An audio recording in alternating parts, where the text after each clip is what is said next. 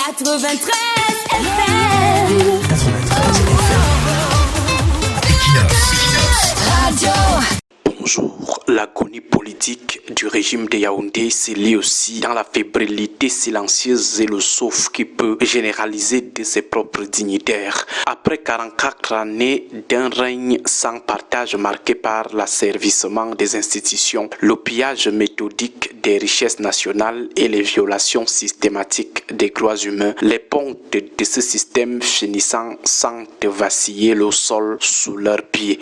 La perspective inéluctable d'un crépuscule politique installe une panique diffuse au sommet de l'État où chacun prépare fébrilement l'après-Biya. Cette angoisse existentielle relève de la peur du grand soir de la reddition des comptes. Conscient de la gravité des crimes économiques et politiques accumulés au fil des décennies, ces hauts dignitaires redoutent le jour où la justice reprendra ses droits. Ils savent pertinemment que l'ère de l'impunité absolue touchera à sa fin et que les peines de prison à vie, voire les sanctions les plus lourdes, les peines de mort les guettent.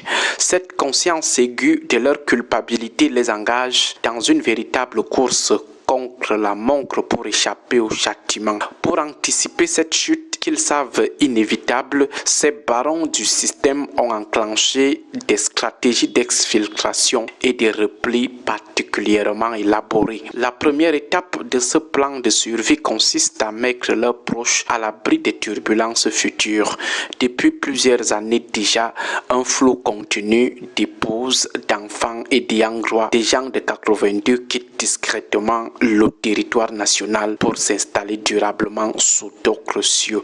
Les capitales européennes et nord-américaines servent de refuge doré à ces familles subitement expatriées aux frais du contribuable camerounais. En parallèle, l'acquisition massive de seconde nationalité est devenue une priorité absolue pour ces dignitaires qui cherchent désespérément à se prémunir contre d'éventuelles poursuites judiciaires internationales ou des extraditions futures. Ils achètent des passeports et des titres de séjour comme d'autres acquièrent des garanties d'impunité. Sur le plan immobilier, la boulimie d'achat à l'étranger témoigne de cette volonté de fuite programmée. Des villas somptueuses à l'étranger sont acquises en cascade. Ces investissements colossaux hors du Cameroun ne répondent à aucune logique économique productive, mais visent tout simplement à construire un sanctuaire financier et matériel loin de Yaoundé. En transférant ainsi le fruit de leur rapine vers des cieux plus cléments, ces pontes préparent minutieusement leur vie de fuyard. Ils s'assurent que le jour où le vent tournera, il leur suffira de monter dans un avion pour retrouver un confort princier, laissant derrière eux un pays dévasté, exsangue et ruiné par leur décennie de gestion prédatrice. Cette perspective du Sagat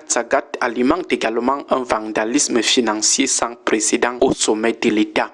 N'ayant aucune garantie de maintenir leurs privilèges après la disparition de leur mentor, ces dirigeants pillent les caisses publiques avec une frénésie sans égale. Il s'agit d'un braquage à ciel ouvert avant la fermeture définitive des accès illimités aux caisses de l'État. Cette prédation sauvage explique pourquoi le pays s'enfonce chaque jour davantage dans le dénuement alors même que les emprunts et les recettes fiscales atteignent des sommets. L'État est littéralement siphonné par des hommes et des femmes occupés à remplir leurs coffres personnels avant le grand soir. Le grand public s'étonne parfois d'apprendre que de fortes sommes d'argent liquide, se comptant en dizaines de millions, sont régulièrement découvertes et dissimulées dans les résidences privées de certains apparatchiks de l'ordre de 82. Face à leur peur d'un gel brutal des comptes bancaires lors d'un changement de régime, ces pontes préfèrent garder à portée de main des fortunes phénoménales sous forme de billets de banque immédiatement disponibles. Ceux qui maîtrisent les réseaux financiers internationaux préfèrent quant à eux expédier discrètement ces sommes astronomiques vers les paradis fiscaux. Les circuits de la fuite des capitaux fonctionnent en plein régime pour mettre ces fortunes mal acquises à l'abri des investigations futures. Lorsqu'un zélé, serviteur du système, tombe aujourd'hui dans les mailles du filet avec des mallettes remplies de billets de banque d'argent liquide quelque part dans le monde, cela ne doit surprendre personne. C'est simplement le symptôme visible d'un navire en train de couler dont les officiers pillent la soute minutes avant de sauter dans les canaux de sauvetage. La frénésie du chaos actuel reflète cette certitude ancrée dans leurs esprits que le temps est désormais compté et qu'il faut tout emporter avant que la porte ne se referme définitivement sur leur long règne de vol aggravé et de répression sanglante contre les manifestants ou les opposants. Agréable journée à tous. 93 FM. 93 FM. Equinox. Radio.